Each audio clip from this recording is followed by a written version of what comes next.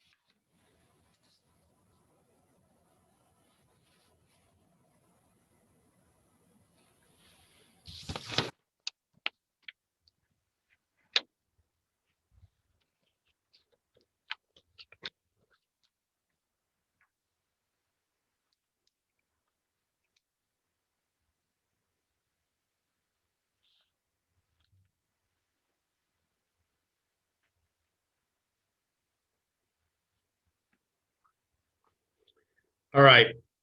I think we are just going to slowly start off and let the last drop-ins drop into the webinar as we open up. Good morning and welcome to this second DeepTech Alliance webinar about corporate partnerships. This time around, we'll have, well, let's just go through the agenda very quickly here. I'll just bring you all on board on what's going to happen today, and then Thomas, the program manager, will come and talk about DeepTech Alliance, what it is and what we do. Then we have a case with Heliac and a partnership they have been doing with Ian, and I can see that Jacob is already on here. And after that, Thomas will come back and tell us about the upcoming accelerator program that we're going to run from the pre-summer online onboarding and then physically from August. After that, we're lucky enough to have Magnus Melander from Things in Stockholm joining us to talk about corporate partnerships, something that they have been very successful and are still very successful doing. So we're looking forward to his insights. Between each of the sections in the program, there is room for Q&A. And if you have questions as you go along, you're also welcome to write them in the chat. If you ask questions in the chat, we will read them up to the person presenting. So we'll keep an eye on the chat as we go along and help with the this meeting is set up as a meeting, not as a webinar. Remember to mute yourself because otherwise we can all hear what's going on in the background where you are. So that's just a little note. Let me see what else. Yeah, so feel free to ask questions as we go along. If it's in the middle of someone presenting, just ask in the chat and we'll read out the questions aloud. And now I would like to welcome Thomas onto the stage to just talk about DeepTech Alliance and what we do and why we're here. Thank you very much, Jakob. Hi, everybody. Good to see you. Good morning. Excited to be here. So Jakob asked me to give a short introduction to DeepTech Alliance, who we are and what we do. Let's start out with a very quick and brief definition. When we talk about deep tech, we talk about solutions built on unique, protected, hard to reproduce, technological and scientific advances. And the DeepTech Alliance is an alliance between some of the best university-linked accelerators in Europe, bringing startups, experts, investors, and corporates together in order to build a strong ecosystem in Europe. The alliance is initiated by FutureBox, where Jakob and I are today. It's funded by the Danish Industry Foundation until 2022. And working together like this allows for us to have a much larger deal flow on an international level of startups, investors, and corporate partners. It also allows us to work in more narrow verticals in the programs that we run together. It enables us to offer the startups we work with international partnerships and market access on a European level. And it also, one of the main mandates we have from the Danish Industry Foundation is to create value for established industry by enabling collaboration between startups and corporates, which of course is also much easier and interesting in an international context on a European level. The first program that we ran in DeepTech Alliance was this fall, focused on urban mobility. We had 23 startups from 12 different countries in a 3-month program. And the next program I'll tell you much more about later in this webinar will be focused on Industry 4.0. This is the alliance as it looks today. As I mentioned, the alliance is initiated by FutureBox, and the first partners in the alliance, which will grow over the years, are Unternehmertum in Munich, our knowledge partner Hello Tomorrow in Paris, IE Lab in Zurich, Polyhub in Milan, Techno and Drive in Haifa, and Things in Stockholm. And Magnus will be representing Things later today, as Jakob just said. Why is deep tech important anyway? Deep tech is about complex technology, but we also believe that it holds the potential to solve today's big problems. And therefore, we also believe that a lot of tomorrow's big companies will be based on deep tech. This, of course, also makes it commercially interesting, and the complexity inherent in deep tech furthermore creates high barriers of entry, which offers potential significant competitive advantage for those who understand to embrace it. Investors see this. According to one of Hello Tomorrow's reports, investments have grown in deep tech have grown from $15 billion in 2016 to $60 billion in 2020. US and China are taking the lead, both in terms of number of deep tech startups, but also investments.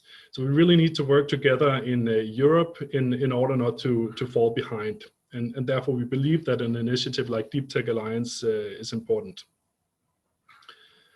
Because deep tech is super complex, you can't succeed in deep tech alone. Deep tech requires a strong ecosystem where universities, investors, startups, accelerators, and corporates work together.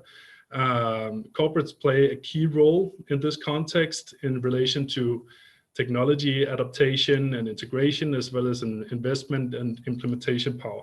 So that's why the topic of the day today, how to create successful partnerships between startups and corporates, is super important and is a key focus area in our coming Industry 4.0 accelerator. So that's a very brief introduction to DeepTech Alliance. Feel welcome to ask questions about the Alliance or shoot Jakob or I an email after, and we're happy to engage with you and answer any questions you might have. Back to Jakob. All right. Thank you, Thomas, for this quick introduction to the Alliance. Jacob, welcome. I'll stop sharing my screen so you can get to share what you're bringing. Yes. And then we are looking forward to having a short intro to Heliac, and also a bit of your story about collaborating with corporates and what you learned from it. Yes, thank you. Thank you very much for the introduction and for the invitation. My name is Jakob. I have been in Heliac for 4.5 years, but I have a background from investing in clean tech startups for more than 20 years, actually. 4 years ago, I ran into Heliac, a little longer than that, and then I had to go from the dark side and into the entrepreneurial side again, and it's been a very interesting journey. I'll just briefly tell you a little bit about why I think this is super interesting, and then how our collaboration with Ian has been developing. So let's see if I can get my screen to be active. Yes. Briefly, what we do, we produce very large magnifying glasses. So we developed a method for producing these lenses. They are each around 2.5 square meters, and they work exactly like a magnifying glass. So you have a magnifying glass, you put it into the sun, and you focus sunlight, and that generates heat. In this instance, what we're doing here is that we are producing heat for a district heating facility here owned by Ian. You just saw the logo down in the corner. And basically what we do is we take heat from a water tank, cold water, 40 degrees. We run it through 6 of these panels, heat it up to 95 degrees, and we return it to the tank. That's really what we do. And when the sun doesn't shine, they will use biomass or gas or oil to burn to heat up this. So we help them decarbonize. This is the big word in clean tech these days. We decarbonize their production. And that generates heat for a small village next to the plant, which is somewhere over here. This is just to show you the efficiency. We have not prepared this piece of wood with anything. We just put it into the focal point of the lens, and it lights up immediately. We do not know the maximum temperature we can achieve because our thermometer melted at 1200 degrees, but we know that we can melt steel, so we can go higher than that. But we're not going that high. We're really just going for 200 degrees. And I'll just tell you why over the next 2 slides. First of all, it's basically all products that are not steel, cement, or metal, or or glass, are made at temperatures around 100 to 200 degrees, or lower than that. So it's a very, very huge potential market.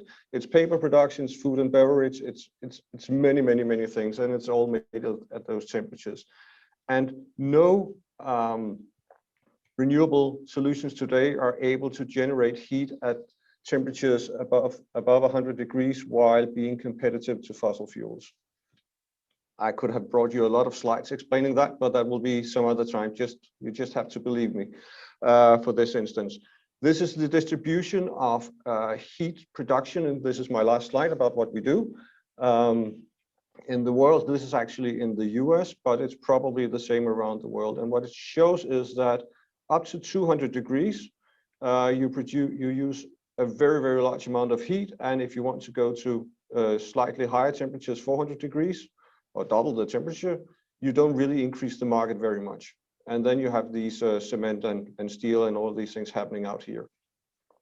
So by being able to go to 200 degrees, we are addressing around 10% of global energy consumption, potentially. That is a very, very large market. It's around 50% of the total electricity market. So a little bit about getting into contact with these large corporates. It has been super valuable, super important for us to get this collaboration going on with Ian for a million reasons, and I'll share some of them with you. But in order to sort of get in contact with companies like Ian, you need to prepare, right? So this is the definition of luck, is when preparation meets opportunity, and you need to prepare for your luck. So if you want to go and build a collaboration, a partnership with a large corporate, it doesn't really matter if it's a large corporate, it's whoever you want to build a relationship with, you really need to ask yourself, what is it that we want to get out of this collaboration? Who should we collaborate with? Why would we want to do it? Where should it happen, when and how, and so on and so on. You really need to think about what is it that I want to do, other than just saying I have a super cool technology, because super cool technology doesn't do it. And then you need to look for the opportunity. As I think is the best strategy for looking for opportunities is really to shoot with a shotgun and try to hit on 1 million targets at the same time, more or less. And for the specific collaboration with Ian, we met them at GreenTech Challenge, but we could just as well have met them at any other event where you go out and you're visible. We have other partners, potential customers coming in that has found us because we are one of 1,000 solutions that are sort of labeled to be able to save the world, and so on and so on. So there's a number of places you can go, and we were so lucky to win the Danish Confederation of Industries, their annual prize back in 2019. So this is the Crown Prince, if any of you should not know who he is. So it's just about being visible and try to be in the right places with the right story. In this case, it was Ian that we met, and Ian is a very big beast, and if you just want to talk to Ian, it could be really difficult to figure out where to go, because they have around 78,000 employees. So the question is always, and this is the really tricky part, that is which person to call, which phone number to call, how to do this. And this is why I believe you need to be out there presenting again and again and again at 1 million conferences. And at some point in time, the right person will sit there, because this is really a people's game. And when we presented at the GreenTech Challenge, we had Lars van Havn, who was the Chief Innovation Officer at Ian, Denmark at that time. He was part of a panel, and he saw that we were presenting a solution that could be helpful in their journey, which they thought would be super interesting. So he was part of Ian Denmark, which is around 1,000 times as small as Ian Germany, or the global Ian company. And they own 5 district heating plants in Denmark. And then suddenly everything becomes much more simple, because now you have a real person to talk to in a small organization, and you have a small dedicated market where it makes sense to look into. So once you start to work together with these large companies, you really need to decide whether you want this as a collaboration or you're really looking for a customer. And they are smart guys. They will know if you are pretending to want to collaborate, but you really just want them to buy something from you, or you just want them to invest in you. So it again, coming back to all these first questions: how, why, when, where, and so on. What is it really that you want to contribute with? How do you think you can contribute? How can they contribute to your journey? And it's very much about being open. And this is following up on this. I actually had a small talk with Lars van Havn that was at Ian at that point in time, about how the difference in how you can approach a company like them. And you can approach them as being curious, or you can be confident, like in self-confident, like in, I have the coolest product in the world, and I really know where Ian should be going for the next 20 years, and you really need my product.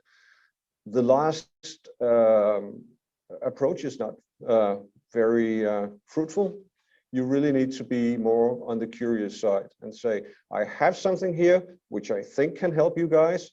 As I understand it, you're on a journey for decarbonization. As I understand it, you have difficulties in decarbonizing your heat production above a certain degree.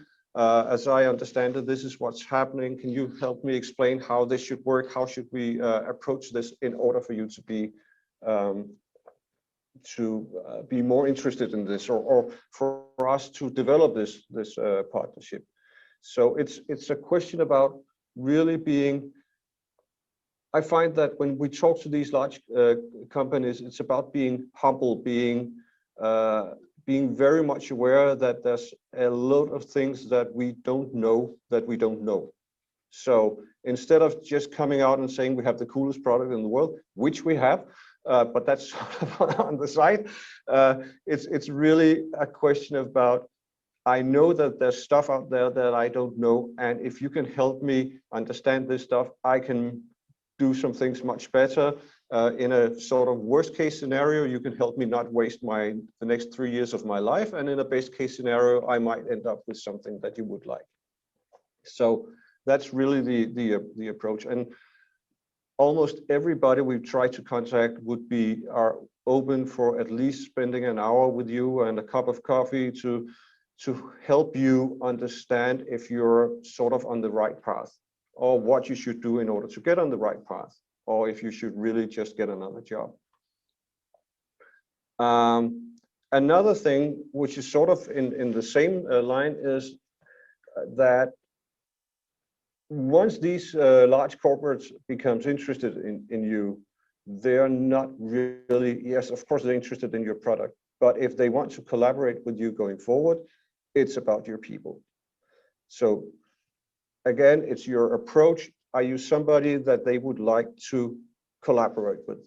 Are you a person that delivers? Are you a person that listens? Are you a person that can do all of these things that are necessary in order for your fantastic product to also be part of this?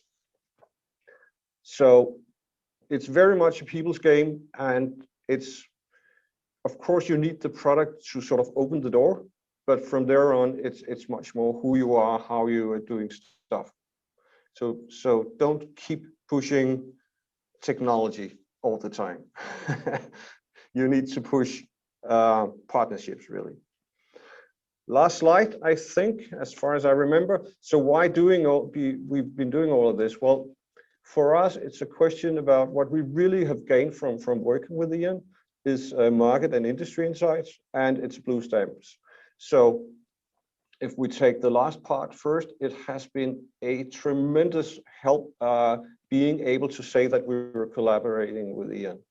We've also been collaborating with a few other companies, and it's just very much easier to open the door if when you approach people, you say this is something that we are doing in collaboration with Ian and Siemens, then they say, okay, maybe we should listen to you guys as well. It means that we get in on a level very often which is on a close to or on a C level instead of talking to a junior manager somewhere. So it just becomes much easier because somebody else who's trusted already have blue stamped you. Opens a million doors. And then you get the market insights and you get the industry insights, and it's super, super important to understand these things. What are really the drivers here? Are you on the right track? Is the drivers, is it technology or is it price? It's probably price and costs and not technology. So, you know, there are a million things, and are they looking 5, 10, 20 years ahead, or are they looking 3 months ahead? You need to adapt to this and to understand this. And then, of course, who are the players in the industry? And you can get a lot of good feedback from the people that you're talking to inside these large companies. If you're good at listening, really good at asking questions and listening. I think that this is where I would end it and just say, please ask questions for whatever I didn't cover. Thank you. Thank you very much, Jacob. That was very interesting. I think we made some good notes here. I saw a question just in the beginning on a more technical level for the water heating tanks. Why are they at 40 degrees? How do they get from when it's out of the ground to 40 degrees? Okay, this is so okay. Very briefly, and it's actually interesting because this is not just for district heating. This could be for anything. So let's just try to see if we can stop it here. Yeah. This is really how a district heating plant works. You have a water tank. The water always distributes it automatically from the cold water in the bottom, and the hot water will go to the top. So in this case, they have around 40 degrees in the bottom and 95 in the top. So you have 95 degrees, and now it gets cold. You take out the 95 degrees, you run it through the houses, and it comes back at 40 degrees after the heat has gone through the radiators and your shower heaters and all of that. And you return the cold water to the bottom of this tank. Then afterwards, when this tank starts, when the heat starts to get depleted, you take out the cold water, you run it over a burner, which can run on biomass or oil or whatever, and you heat it up to 95 degrees and you return it to the top of the tank. So you have two closed loops where the heat is just exchanged in a heat exchanger. And that's really how it works. And this could just as well have been a brewery or a tomato salsa production or a whatever thing. It doesn't really matter. It's the same process. And all we've done here is that we've introduced an extra heat exchanger. So when the sun shines, we take out the cold water, run it through the panels, and return it to the top of the tank. So it's a very easy integration. Yeah. Cool. That was a very easy explanation. It reminds me of my floor heating at home. So I understand that. Same thing. All right. Yeah, Jakob. Sorry, it's Marcus here. Hopefully you can't see me. From Analog Devices in the UK. Great presentation, really insightful. But just wanted to check when you had that or opened that engagement with E.ON, how finished was the product? Did you engage with a finished, very polished solution, or did you have to then change the product once you got E.ON's market insight? I think that E.ON was, they were very, it was very early stage. What really, I mean, why I left the investment world and went into Heliac is sort of, I think, the same why E.ON got attracted to this, because what Heliac was able to do when they ran into E.ON was to make these lenses. That was really it. So the trick is we can make these lenses at super low cost and super high speed, and it works. So usually when you have a startup, at least all the companies that I've invested in as an investor, you always just lack another €1 million and another year or 5 years before you're there. This just works. It can of course become better, but it already works at a level where you can foresee that just by getting into some sort of scale, the scale economics alone will drive down your cost below fossil fuels almost anywhere. So it is a super, and everybody knows a magnifying glass. Everybody has killed some ants in the summer on the lawn or whatever, bunch of stuff like that. And so they were actually getting in very, very early on this. And then we also had the support of some of the Danish government funds, and that would require an off-taker. So how this actually happened was it was funded originally by the Danish government, or a fund under that, but then the E.ON actually paid the full price for the field afterwards. But it's a long process, and we have had a million what's it called, teething problems. So this field was originally we started producing in June 2018, I think, and everything looked super good for like 3 months, and then things started to break down. All sorts of things that should have been different. The lenses was made of the wrong materials, and a million other things. So it hasn't really been so it's only been working for like, I don't know, half a year now, but now it's just working perfectly. So now it produces exactly what it should do. So it's a very long process. Yeah, I can see that. And the other question to follow up, you've got this system that's obviously heating the water up. Off the back of that, does the system gather data that then flows up into the cloud at all? Do you have data analytics and insights off back of it? I mean, we don't really need that much data insights, right? What we have is we have a instrument for measuring the solar influx, so we know how many watts are coming in at a specific moment, and then of course we measure how much heat are we producing, and we put those two things together and see, okay, are we producing what we should produce at this specific solar influx? That's really what we're doing, and of course we're measuring how much we're producing, so we know how much E.ON should be charged for this if they were paying for the heat itself, which they're not in this case. Brilliant. So, but of course you can do lots and lots of data analytics on this and optimizations, but it's not where we are right now. It's not needed now. So I'm thinking, what's next for Heliac? What's the next development phase you're going into? Where are you moving? Yeah, so the next things are, first of all, we're building a new solar field, sort of similar size, up here in north of Copenhagen, close to DTU, over the summer, where we are implementing all the learnings from the first solar field. So we expect to get higher efficiency, lower cost, and better durability. And by doing that, as soon as and then we are also, very importantly, we are designing it for going up to 200 degrees and instead of just 95 degrees. And are you doing that in collaboration with someone? No, we're doing it for a customer, which is a local district heating plant up here, Northforce. But we're really doing it to show that we can do this, that we can cut the cost and we can get to the 200 degrees, because then we have quite a impressive list of very large companies that says, okay, if you can do that.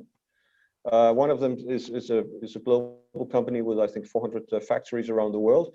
They have a small one in Denmark. They want us to integrate the next one for the small plant in Denmark. It doesn't give good economics because it's sunny, on the sunny side, a shitty place.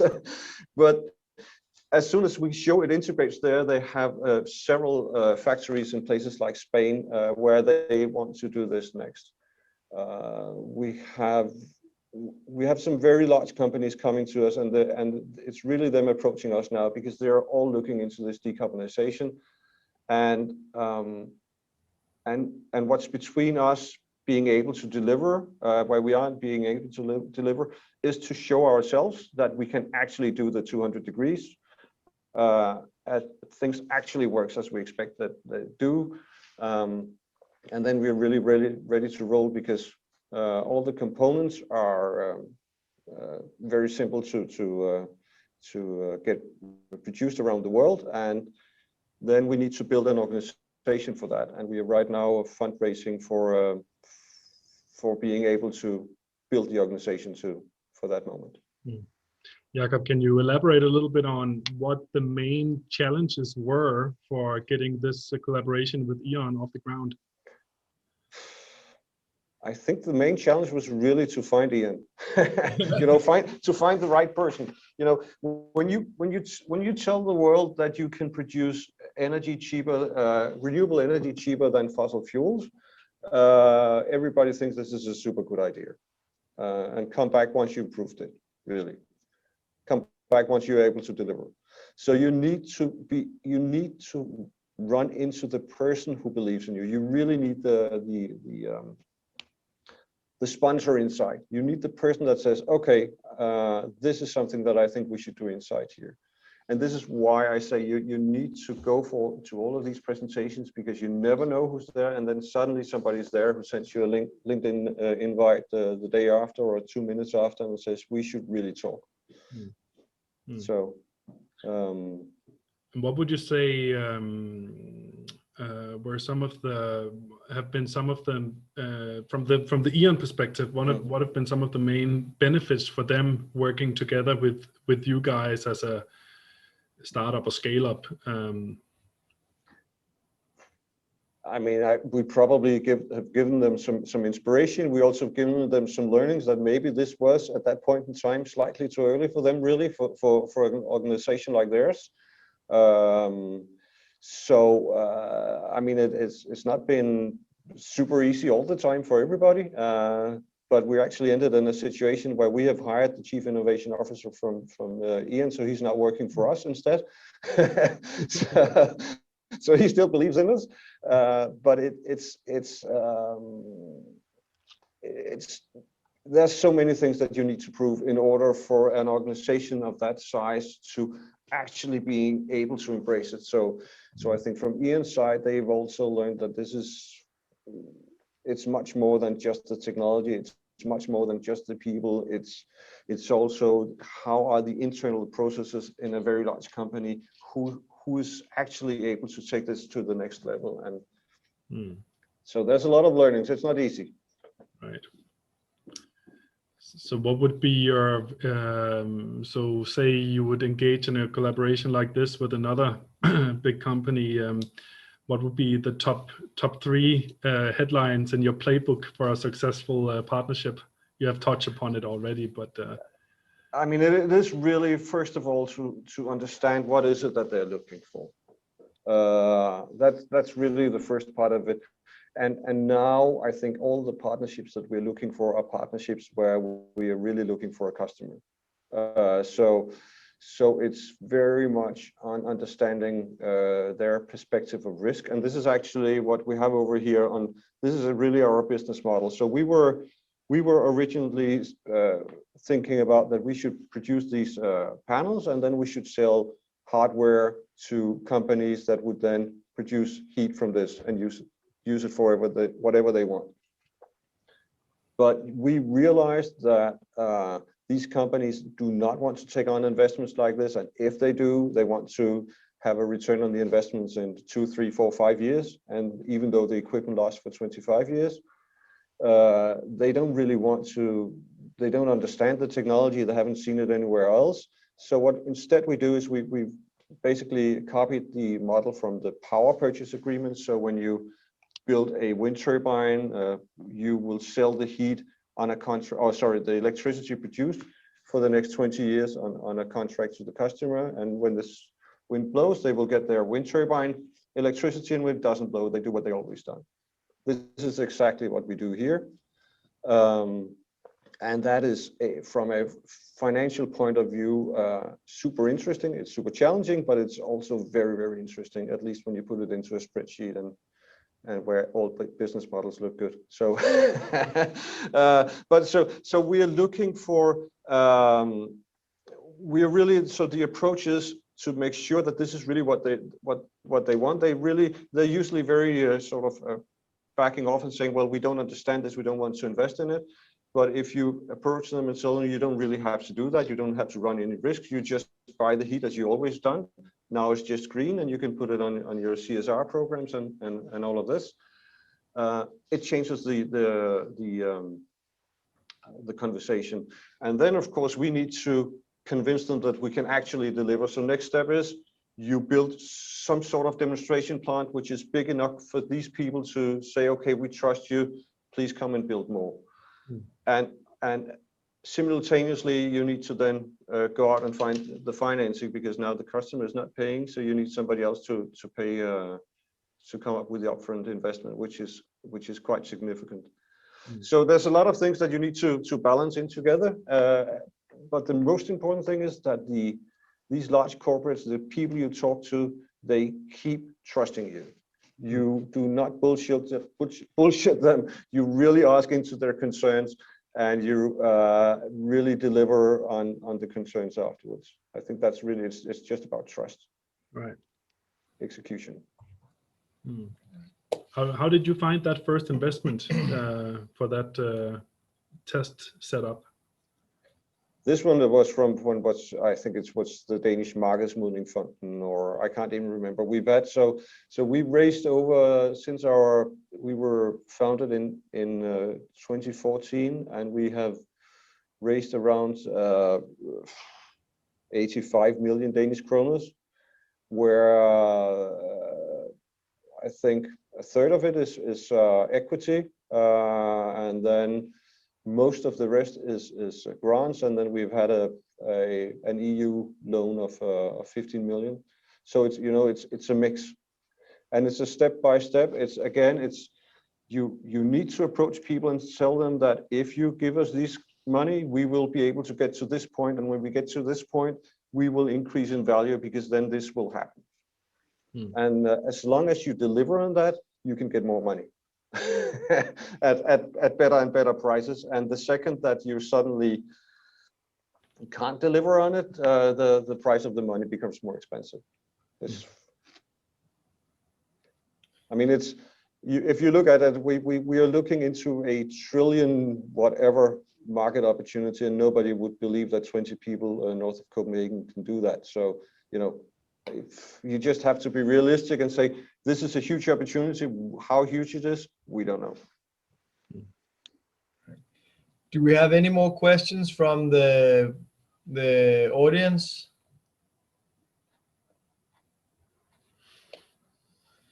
All right. I think we're going to round off here. If you have any questions for Jacob, feel free to send them to Thomas and I afterwards, and we'll just link you up after this meeting. So feel free to reach out, and those of you who invest, you heard that they're fundraising. So I'm sure he'll be happy to have a talk. Then you really need so to much for your hurry time, up. Jacob.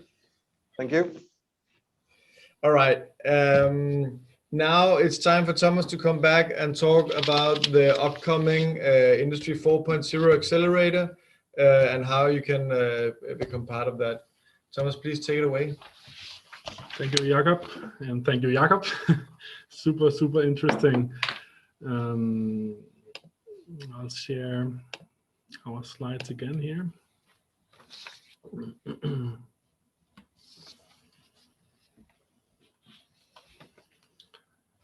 Okay.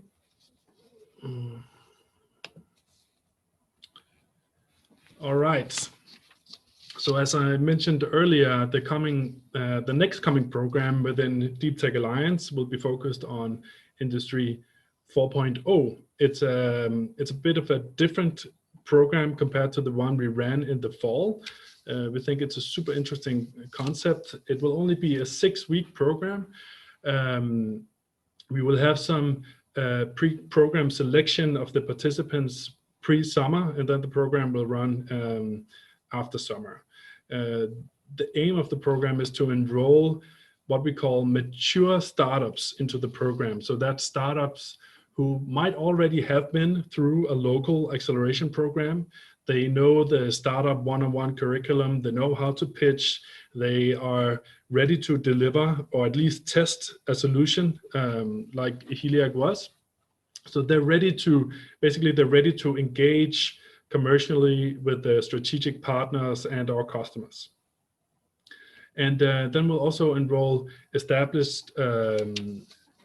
large established companies into the program who are looking to improve their production processes and who are also open to explore innovation potential in collaboration with startups. The 6-week program will then be focused on partnership preparation, intros and matchmaking, and a successful outcome of the program will be that these startups and corporates in the program have, if not established formal partnerships during those 6 weeks, have at least initiated a dialogue about a potential partnership.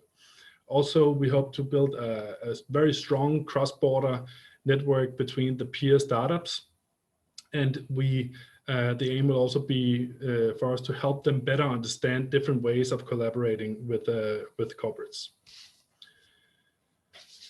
We aim to have between 12 to 14 startups in the program, 4 from Denmark, 3 from Germany, 3 from Italy, 2 from Sweden, from things, and 1 to 2 from Switzerland, and 1 to 2 from Israel. A minimum of 12 corporate partners. We will start the program with a 2-day kickoff in Munich. Fingers crossed that we can meet physically. Otherwise, we'll do it online. But we really hope to be able to go to Munich. For the kickoff, we'll have some reverse pitching from the corporate partners in the program, peer networking, ambition setting with the participants, and inspirational content. Then the 6 weeks, the 6-week program will be online because we have participants from different European countries. The workshops during the program will be focused on best practice in relation to how to establish POC collaborations, business development, and international partnerships. And we'll also have some one-on-one matchmaking and speed dating between the startups and the participating corporate partners.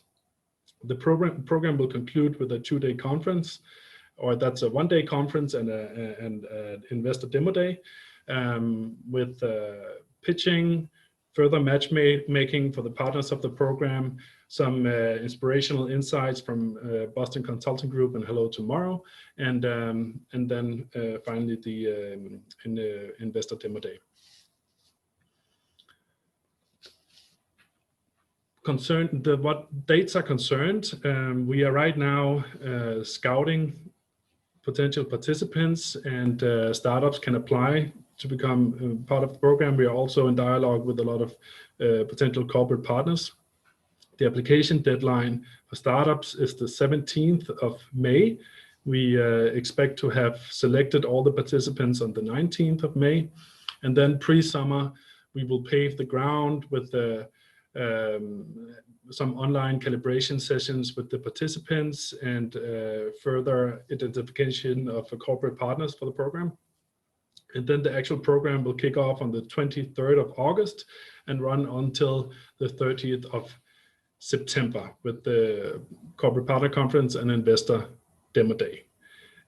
So that's the program in brief. We're very excited about this format. It's this only for us in FutureBox. It's the second program that we run in collaboration with international partners.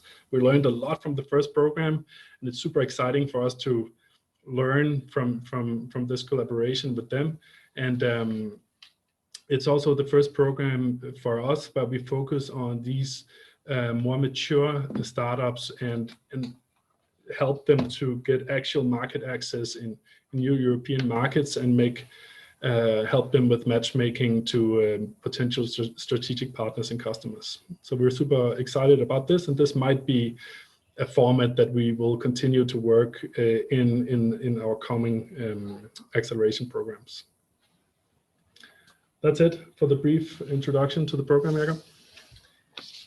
All right, thank you, Thomas. Please feel free to shoot some questions out for the program if you have any here. If you wake up tomorrow morning and think I should have asked this, don't hold back. Just reach out, and at the end of the program here, we'll just leave our contact slide on so that you can reach out to us if you don't already have the contact. One little detail here is that the final conference will be in Copenhagen or somewhere around Copenhagen. So we will have 2 physical meetups, one in Munich and one here in Denmark. For the next point in this program, we have Magnus Melander from Things, and I think, Magnus, you're here, right? Yes, I can see you. Absolutely, I just arrived. Perfect, good timing. We're a little bit ahead of schedule, so I hope you're up for being thrown under the train a little bit early here. But at least we are this far already. So unless we have any questions regarding the accelerator format or content that anyone wants to ask now, then I'll keep an eye on the chat for questions, and we can just go straight to Magnus and an intro to Things, to hear about how they've been successful working with corporate partnerships, a little bit about Ignite Sweden as well. And then we talked earlier about that you're very welcome to ask questions while Magnus is speaking. Just unmute yourself and ask the questions. I know that it will be appreciated to have some dynamics here as well. So just feel free to do that. I will stop sharing, and like this. And Magnus, you're welcome to share something on the I screen. would share only myself. I That rarely use slides. very fine. I rarely use slides, and maybe I think by the light, we actually have sunshine in Sweden now, so you can probably not see me because I have light behind here, but that's okay. That's working. It's Like working. that. Yeah. So okay, so thank you for having me. It's great. I love to talk about these things, and we can talk for hours and days if you like. So I'll try to make this very quick. So my name is Magnus Melander, and well, I spent close to 40 years now in international IT and tech industries. I started 20 years with, first of all, IBM, then Apple Computers and 3Com. Then I started a VC 2000 called Brainhot Capital in wireless technologies. And after 2006 or 7, I've been on my own, doing things I like and things that matters with people I like. So that's basically me in a nutshell. 7 years ago, me and my colleague Linda, we started things. And the reason for that was several. I was sick and tired of hearing about Skype and Spotify and music and fashion and all the other things that are supposed to bring Sweden to the future. I love all those kind of things, but we forgot that we are living out of industry. We live out of forests and mining and water, basically. And we are blessed with no people to sell to. So basically exporting what we do is part of our DNA and our wealth. So I thought that was kind of missing with the internet coming along and everything became digital and all of that. So I worked a lot with IoT, and IoT to me is connecting the physical world to internet. And that is the way that the industry will actually be part of the overall digital society. So that's kind of the logic behind. So having worked with the IoT for many years, Linda and I decided to figure out how to help initially Swedish industries to work with the type of startups that they need. And first of all, I mean, it's kind of very tricky, the topic of today, because first of all, what is corporates and startups? The definition of those are very, different and somewhat awkward in many ways. And also, what is successful? I think all those words has to be really thought about before you start something. And when we started things, we just decided that we have to focus on something. So we said we're going to focus on business. We're not focusing on education. We're not focusing on research, entertainment, and all of that. And if you focus on business, you have to be self-financed. So we are self-financed from the 7 years we have been working. So if you focus on business, and you also have to figure out where in the market are you focusing on. So we decided industry, infrastructure, utilities, and mobility, they share the same thing. They need a lot of what we call deep tech today. But they are also very physical. And physical means hardware, slow processes, all those kind of challenges that typically investors don't really like. Putting a lot of money into warehouses, the product that you hope to sell 5 years from now, that's not a very kind of interesting prospect for a VC. So we decided to take on this very tough challenge. So our focus is really deep tech in those areas. And the next one, we needed an objective. What was the reason for being? And I still get that question a lot. So why are you doing this? Because it's not a good way to be rich. I can tell you so much. We actually agree that we want to see enable sustainable business relationships between what we call innovation companies to established companies. That's the only really objective that we have at things. We don't take any money for that. We are just, celebrating the success and the good feeling having been able to do that. So it is a weird, non-American kind of style business model we have. So the whole foundation of things was that there is a match in heaven that we saw. The larger companies, every single one in the world, they actually slowly but steadily lose control of their own domains. Whether they like it or not, but that's what they do. And they were in control of their domain before, but otherwise they would have never been big. So this is a very painful process going on day by day in every single company. And the reason why this happens is because of the incredibly broad, deep, and fast development of technology. Also some other things as well. You can always add, young people coming with new ideas and, speed of the clock speed in what you do, and we're going we're going agile, and all those kind of things comes on top. They're also hard to learn, but what the new technology brings to the table completely changes most of the domains. And I work a lot with a set of companies in security, pension, insurance, and anti-feast fighting, or whatever it's called, taking away bugs and rats and stuff like that. Because I keep on telling them that you guys share exactly the same slogan. Securitas and insurance companies and so forth. They say something like, you can sleep well in night, because we take care of your life. And with the digitalization and the digital processes, it becomes much easier for companies to move horizontally into other people's domain. So that's one reason why people don't really know what's going on. So right now in Sweden, and probably Denmark as well, and elsewhere, people like Anticimex, they have invented sensors to find out water leaks and stuff like that. And then they sell insurances to cover up for that, instead of the insurance companies who should have done that. So that's a good example of what's going on in the whole industry. So they need to figure out ways to keep in sync with what happens in their domain. And we think that the innovation companies is a great way to learn that, or to bring that into your company. On the same time, if you work with deep tech, really difficult technology things, you need customers to play with. Otherwise, your products will never work.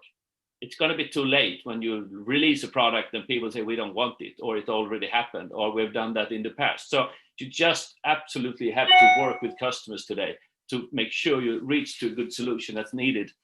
And secondly, in order to scale today in a company like a deep tech company, it's going to take too long time. So you just need to work with the corporates or the established companies to scale as well. So we think that's a gorgeous little kind of match in heaven like opportunity. So we base things purely on top of that kind of logic. And we started to talk to both deep tech companies and corporates about that. Some people didn't get it. Well, most people didn't get it, but some people got it, especially among the large companies. So we ended up with a handful of large companies, as we call them, main partners, including Husqvarna, Assa Abloy, NCC, H&M, and so forth. We had 5 of ABB. We had 5 of them when we started.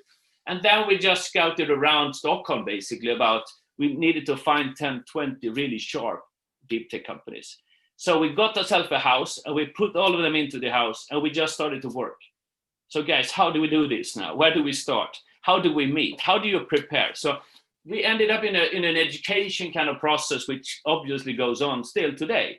But it started like, no, you cannot bring an NDA to the first meeting. That was a typical statement to a corporate guy.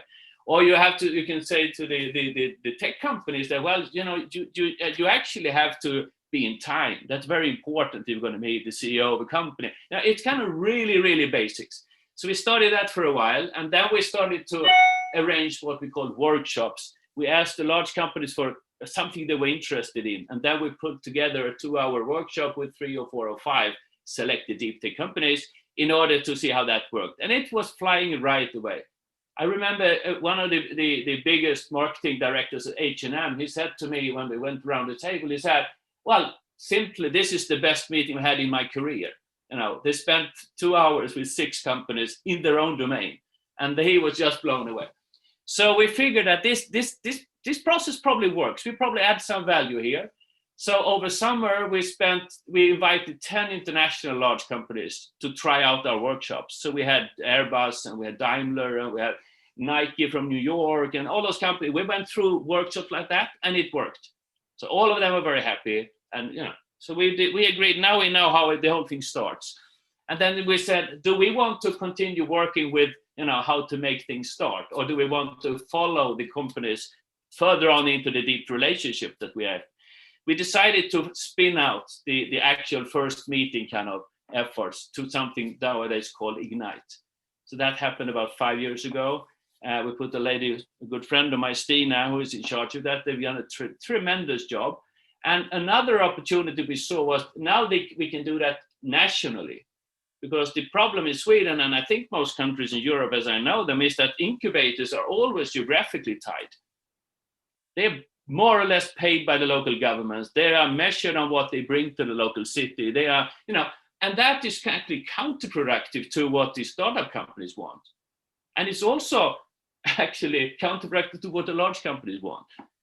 So the logic obviously is that when you get to know how to work in this way, you all of a sudden want to play in the big field. You want to find the best companies on earth to solve your problem if you're a large company. You cannot just look in Skövde or Malmö because you happen to have an office there.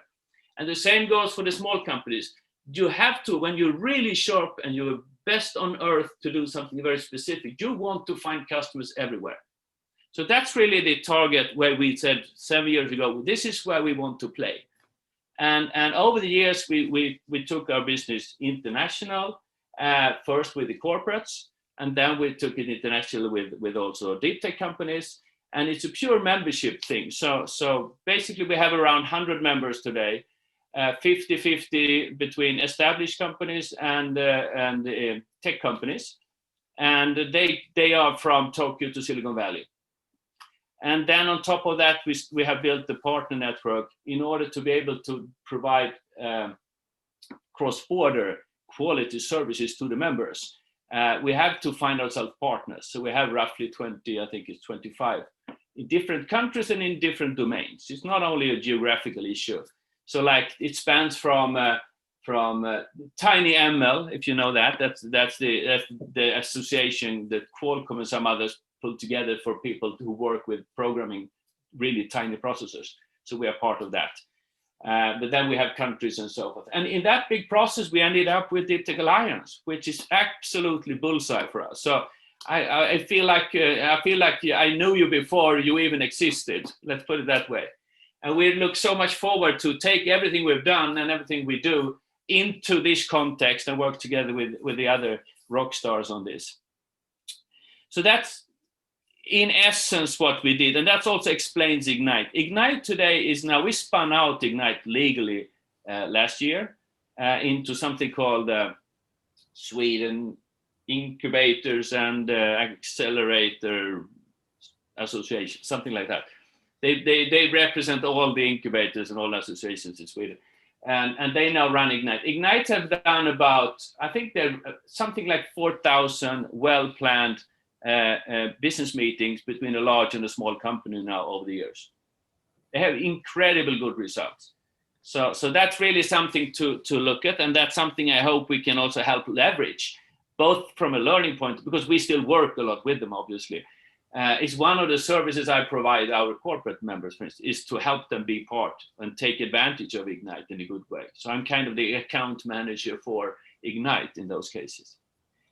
So that's kind of that part. I don't know if you have any questions specifically on things. We have time to go through that afterwards. We are located still in Stockholm because we have a big building on the campus of Royal Technical Institute. But on the same time, as we are growing internationally and grow ourselves into the role of international work, we will be less and less dependent on the building, obviously. Any questions or anything at that point?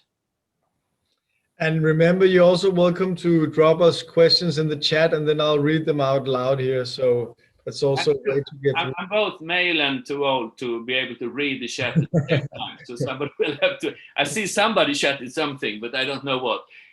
So let's talk about the core question here. So how do you actually succeed doing this? And the boring answer is, I think, like with any business. I mean, I can't talk about research or education or entertainment. Maybe there are other ways to be successful there. But if we are in business, as long as we are in business, it's as complicated and challenging as it is to start your own business in general. So that's really our experience.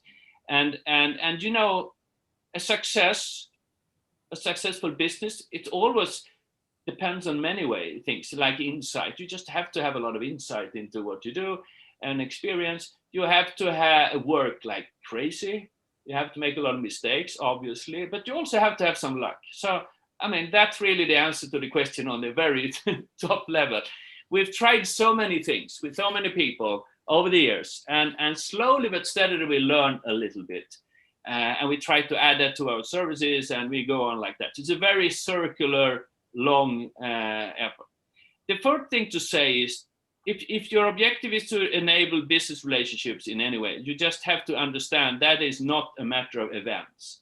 That's a matter of processes. It's a process. It is a long process normally, and you just have to hang in there. And that means that both parts of this business relationship have to be, mature enough to and have time enough and resources enough to continue throughout that whole process. So this, for us, this whole idea of going to slush makes no sense if you are in business. There's nothing about business in slush. If you happen to meet the guy from the company you're looking for, it absolutely sure be the wrong guy.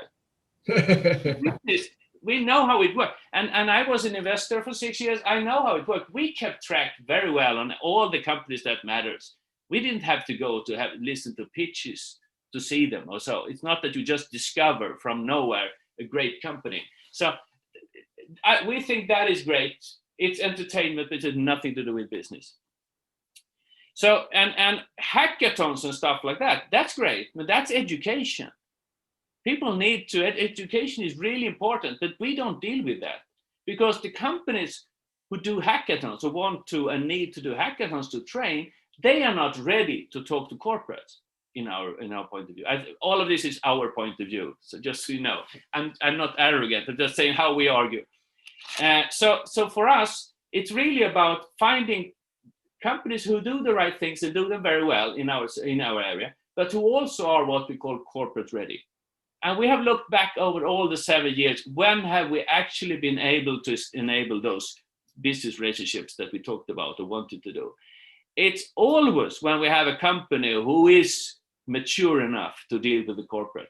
Typically, they have employees who've done it before. Typically, they have been financed well enough to be able to sign all the clauses in the agreements, that if you fail, you have to pay 2 million or what have you. Now, that's very difficult if you can't sign that deal. So I think you get it, what a corporate ready company is. They also know, and they are experienced to figure out when companies really want to buy something, or when they just want to pick their brains, which is the worst seat you can end up in as a startup. You cannot really waste your time and your skill on helping others to figure out what's going on. And that is just not a good way to do it.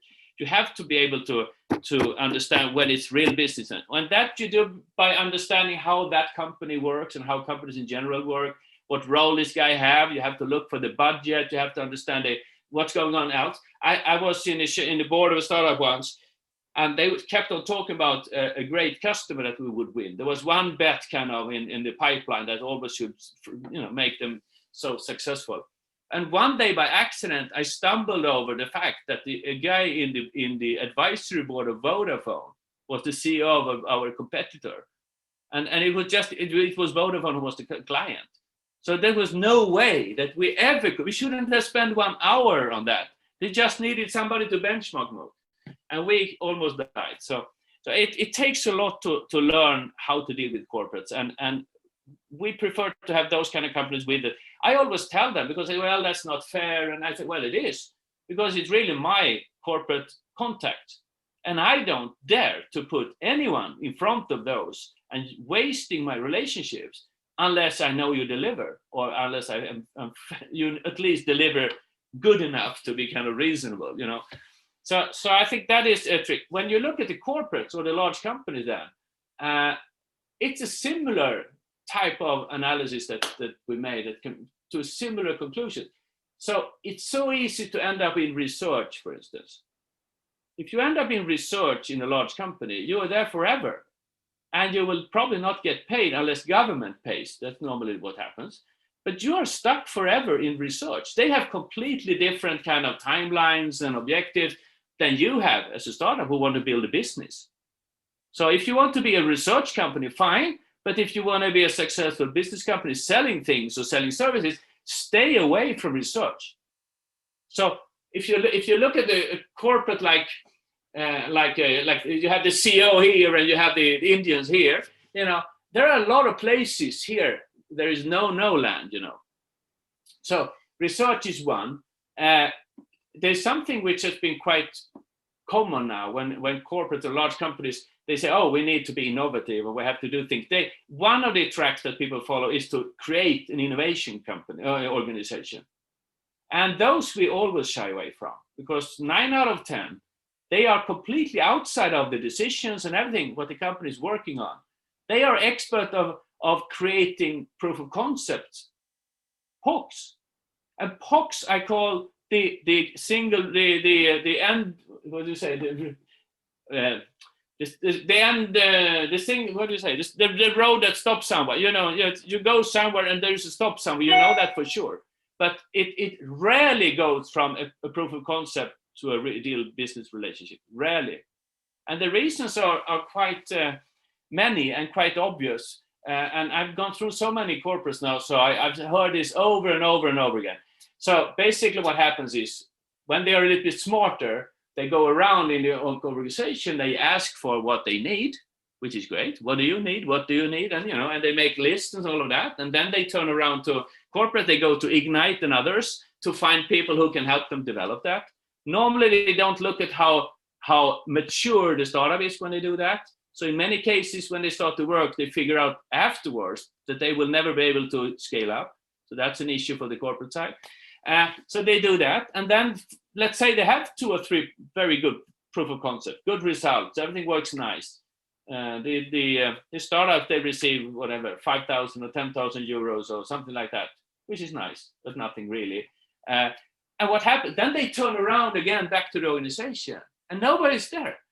And when they talk to the guy who asked for it, well, no, we have already left that now. And now our budget is here. And, so there is this complete disconnect between where the needs, the money and the ownership is and where the actual process of innovation is.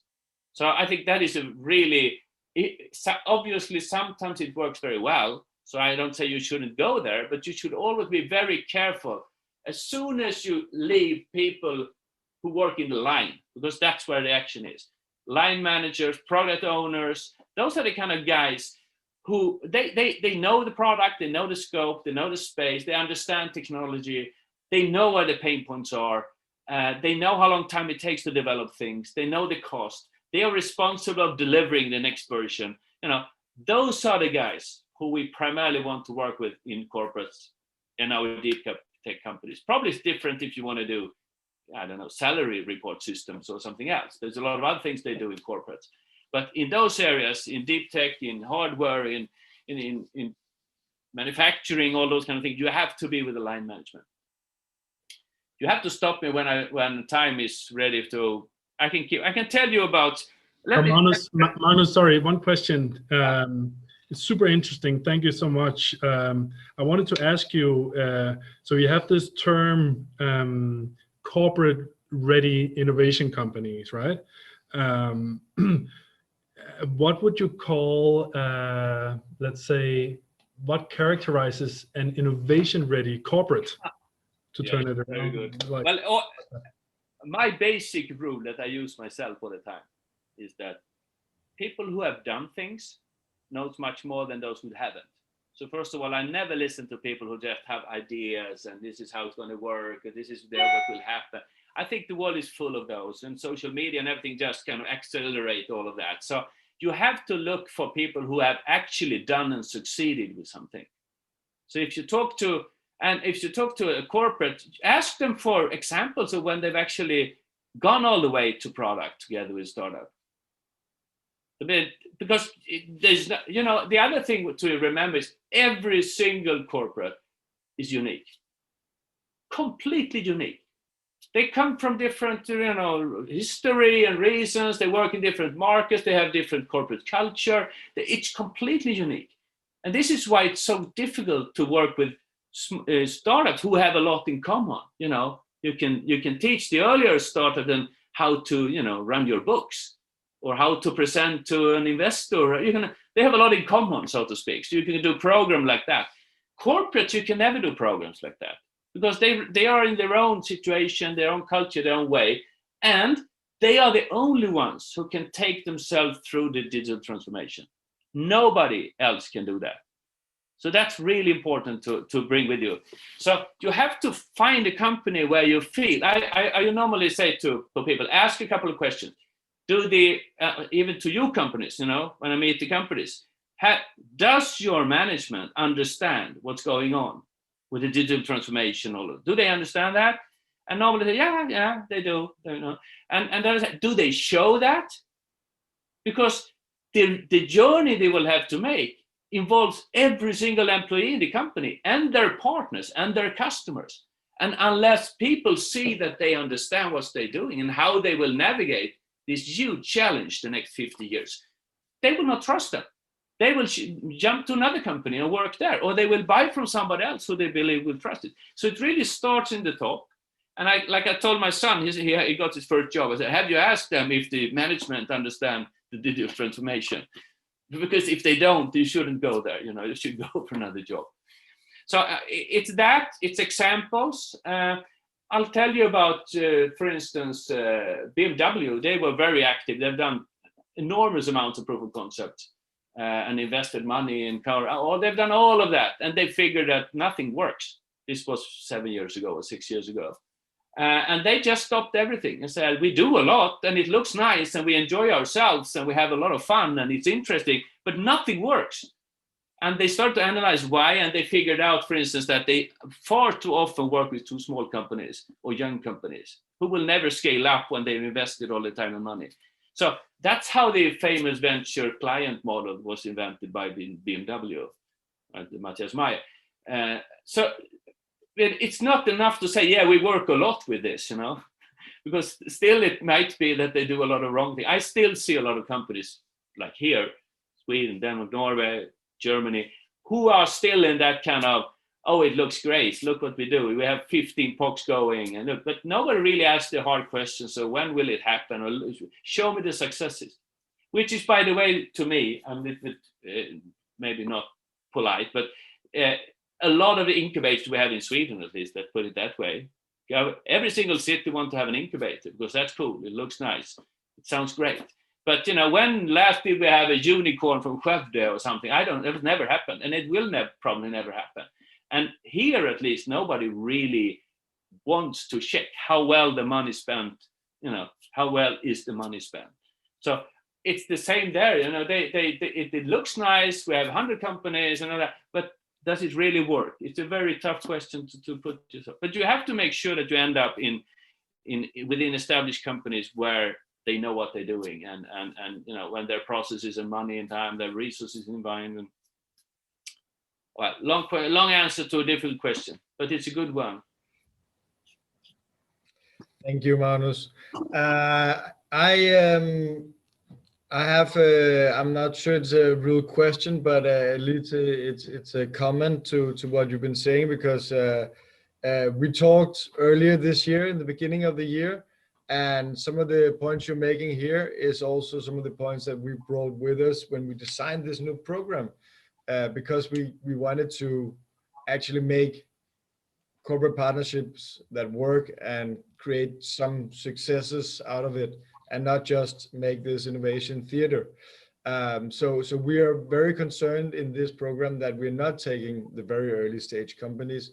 We're taking the ones who've already been through an acceleration program, have been well funded, and are ready to actually deliver cross-border. So that's one thing I would like to thank you for, and that you can see your own stamp on already before you join the first accelerator here. So we're very happy to have you here, and I'm sure that the audience also got some good pointers today. Please feel free to ask Magnus some questions. We have 10 minutes left. We don't have to use them all, but if you have questions, now is the time. Otherwise, again, like with the first case, we'll be happy to make an intro afterwards and to set up the contact. And you're also welcome to reach out to Thomas and I for more info on anything that has been going on today. Let me complement what we talked about a little bit, because when innovation meets society, you know, as everything, we have to squeeze it into a lot of things that already exist, like political systems and financial systems and so forth. But it's so like things nowadays, we only say that, you know, you can join our membership, you know, you can be a member, that's fine. But unless you are, we deem you corporate ready, we will probably not be able to help you. So it's up to you to really develop that. And then I said, how do you do that? And then I said, well, let's guess, if Bill Gates starts a new company now, would he go to an incubator, or would he make it, you know, you have to, in our thing, you have to be 1 year there, 3 years there, school. It's like almost like when kids grow up, you know, and in Sweden, the innovation system, they always say, well, you cannot be more than 3 years or 5 years and all those kind of strange things. And typically you cannot be listed. And I think that's baloney, because the companies, the corporate, they don't care how you got your money, unless it's kind of dirty money maybe. But if you are listed on a small little list, or if you got some VCs or angels investing and so forth, or if you made your money out of selling things, that's, you know, it's actually better if you sold something. So I think you have to be quite flexible in the formats of the companies. Like a lot of times we run into companies that are just founded this year. I say, no, they're probably too early. But then when you discover underneath that these were guys who've been working for 15 years on the thing, and they have actually jumped off now from another company, and you know, so those things about years and stuff, it hasn't to do with that. It has to be mind, experience, behavior, financing, those kind of things. Well, if we have no more questions, I would really like to thank you for coming and joining us today with a lot of exciting insights and good stories. And we look forward to having things on board in the accelerator, which is going to be your first participation in the DeepTech Alliance. And other than that, feel free to reach out to us after this and share with your organizations. And if you need DeepTech or anything, just reach out to us. And also for me, if you like, feel free to drop me an email if I can be of any help. Obviously, I guess you can share my email address. So. Sure, we'll send out the slides in a more reading friendly manner to everyone who participated today. And if you know either of great startups that should be part of the program in the summer and autumn, then tap them on the shoulder. The recruiting is now, and also for the corporates, we're here to see how we can create value for you in this program. So reach out and grab us by the shoulder, and we'll be happy to have the dialogue. Magnus, thank you so much for joining us here. Thomas, do you have anything to add?